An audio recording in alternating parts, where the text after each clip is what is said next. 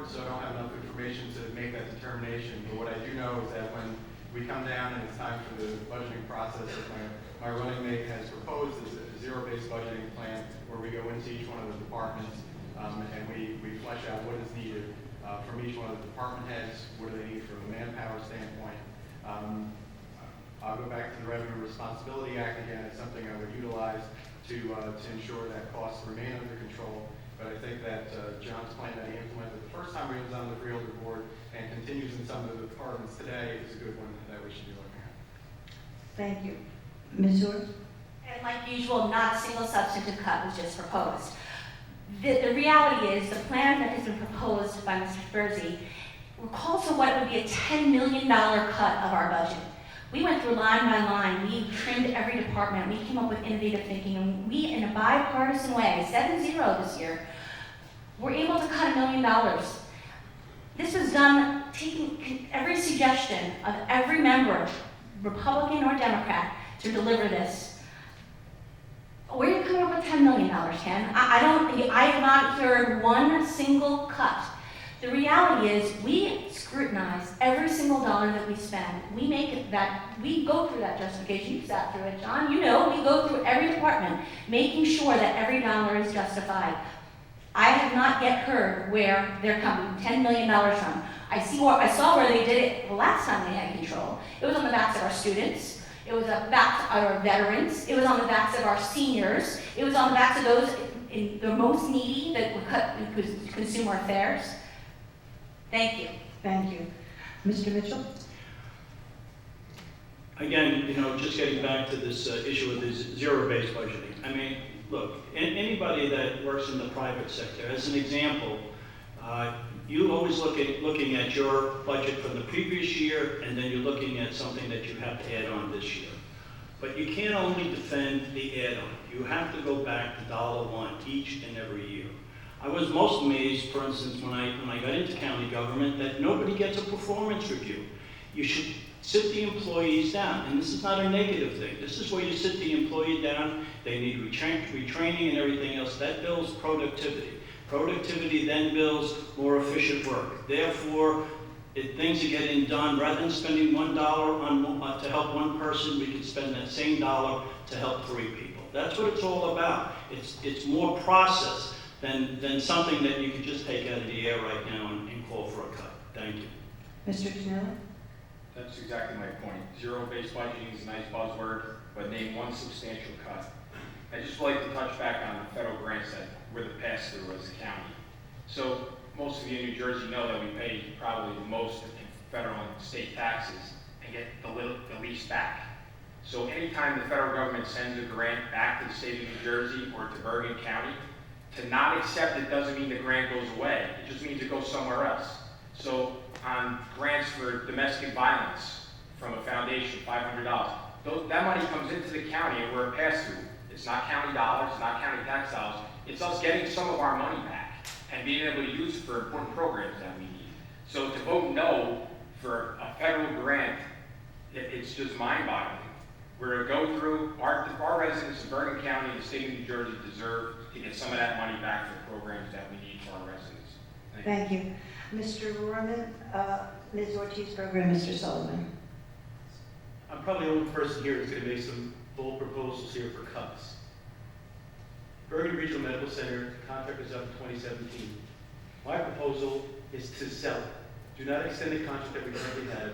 Do not manage it directly. Sell it. That is a nice piece of property over there. There are other places that would love to take over that hospital and make money from it. You can bring in upwards of $200 million for that piece of property. Apply some of that towards old debt, apply some of it towards operating costs, and you're good. Again, another big ticket item, Bergen Community College. I propose also privatizing that as well, in the same sort of way. Taking the money from that, apply it to old debt, and apply some of it to operating costs. Another thing too, Williamson and Rutherford, we still own that as well. That hasn't been used in a long time, put that on the block as well. I don't see anybody else making any other bigger proposals at all. These things can save us a lot of money. We can bring our budget from $530 million overnight down to $300 million. Ms. Ortiz-Berger.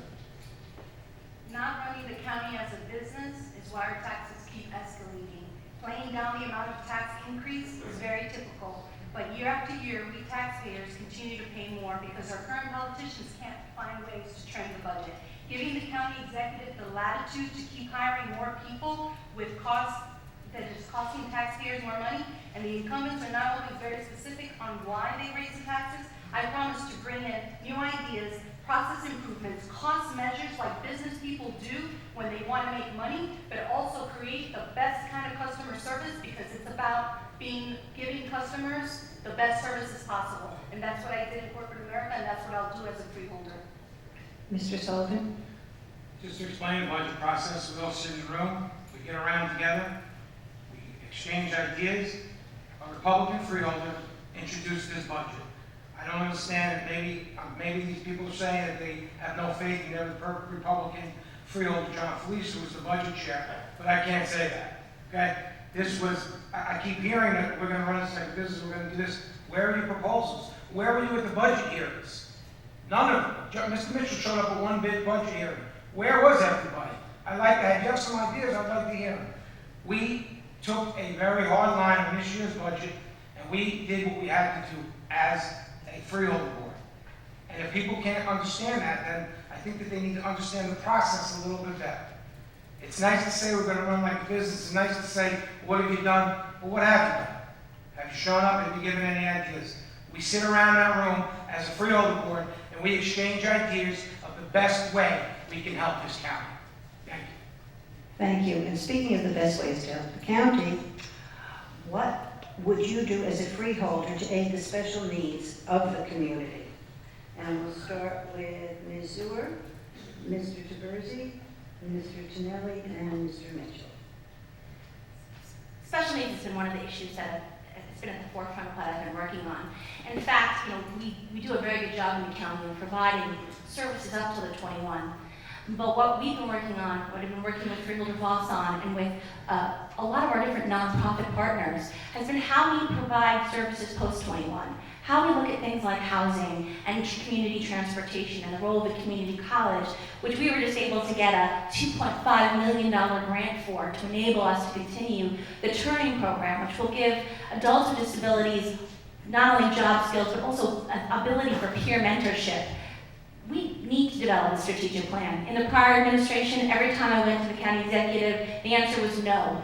And what we've tried to do by bringing people to the table, by working across public-private sector, by coming up with innovative partnerships and discussing and breaking down the silos, is coming up how we get to yes, how we provide for the needs of what we're facing as far as a tsunami of individuals and adults who are aging out of the system.